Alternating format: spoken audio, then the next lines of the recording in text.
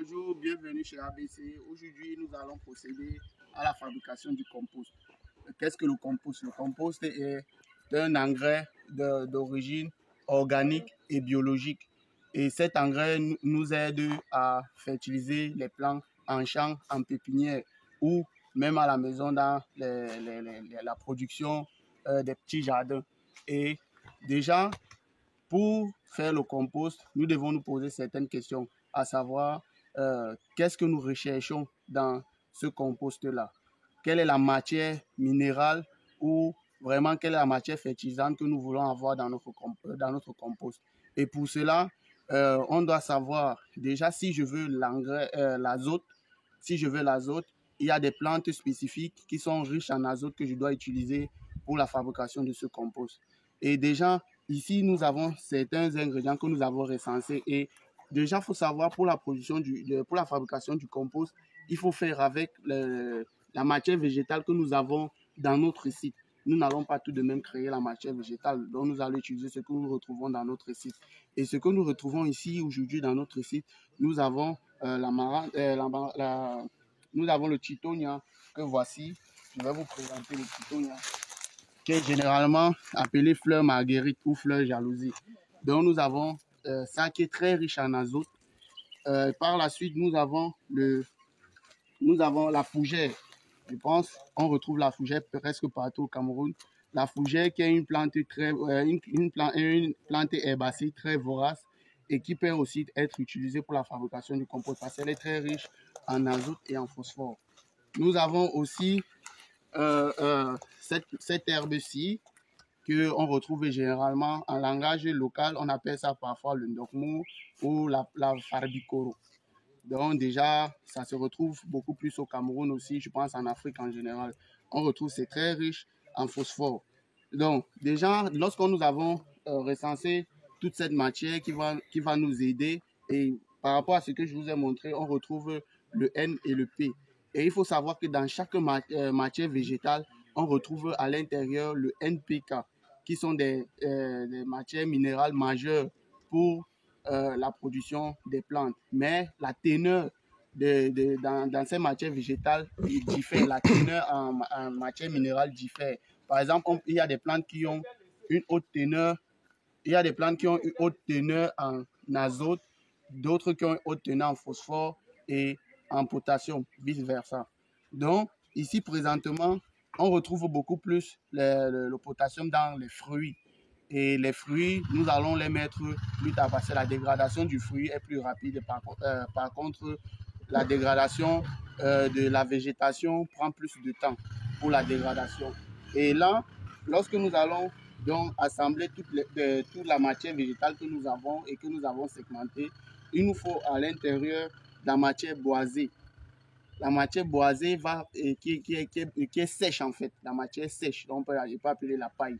Et ici, nous avons la matière sèche qui est boisée, déjà qui est riche en lignine. Et la lignine, sa dégradation est très lente.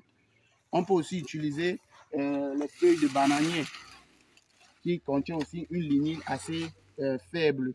Et d'où la dégradation des feuilles sèches de bananier est rapide parce que la lignine contenue à l'intérieur est très légère. Et maintenant, la dégradation de la matière végétale qui est fraîche prend plus de temps contrairement à la matière sèche qui prend moins de temps. Et la dégradation par les micro-organismes d'origine animale est accélérée lorsqu'il faut dégrader la matière sèche. Par contre, la matière fraîche, ça prend un peu plus de temps. Bon, sans trop tarder, nous allons procéder à l'assemblage et au mélange de nos ingrédients. Maintenant, pour l'assemblage des ingrédients, nous allons procéder par la superposition des couches. Donc, on va prendre la première couche, celle qui va plus au fond, c'est la matière sèche, donc la paille ou la matière boisée fine. Donc ici, nous allons d'abord mettre la matière sèche en bas parce qu'elle va absorber les nutriments, elle va absorber le liquide en fait, issu de la dégradation de la matière organique. Donc, la matière sèche se met en bas. Ensuite, on va ajouter peu à peu. Et lorsque nous avons une matière qui a suffisamment de bois, Par exemple, je vais prendre le Titonia qui contient beaucoup de bois. Vous pouvez observer, le bois est assez gros. Donc, pour sa dégradation, ça va prendre plus de temps. Et maintenant, pour accélérer le processus de dégradation, on doit réduire la grosseur de cette matière. Donc, on va hacher. Et maintenant, pour hacher, on peut utiliser une machette, on peut utiliser un couteau. Donc, ça dépend en fait de ce que vous avez à votre disposition. Et nous, ici, nous avons procédé par un hachage à la machette. On va hacher.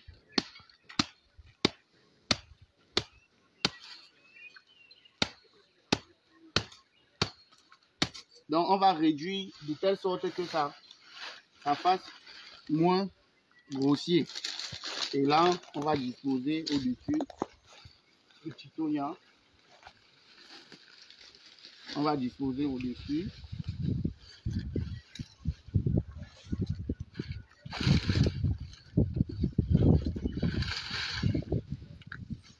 La matière boisée de la fougère n'est pas grossière en fait. Et comme vous savez tous, c'est assez fin. C'est comme des brindilles, la fougère. Donc, on n'a pas besoin de hacher, mais vous pouvez hacher. Le hachage est au choix en fait. Et aussi, il faut voir dans le processus combien de temps votre purin va durer. Le purin, on peut le faire sur une durée, le compost, on peut le faire sur une durée de 2, 3, voire 1 an. Ça peut durer. Vous devez juste le retourner régulièrement. Et celui que nous sommes en train de faire aujourd'hui, il va durer 2 mois.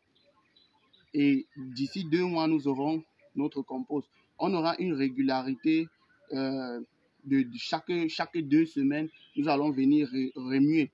Donc, on va retourner. Question de bien mélanger les particules. C'est-à-dire, comme on a mis en rangée, on a mis la matière sèche et la matière fraîche en haut. Vous pouvez aussi ajouter la viande de poule, les bouses de vache, les cerises de chèvre. En fait, tout ce que vous avez à votre disposition. Et maintenant, pour arroser, vous pouvez utiliser l'eau. Vous pouvez aussi arroser avec l'urine de lapin. C'est à votre choix. Ce sont des trucs.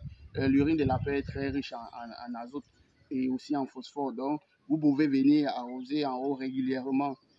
La matière sèche qui est en bas va absorber. Donc, la paille qu'on a mis en bas va absorber ce liquide. Ce qui fait que le liquide va être...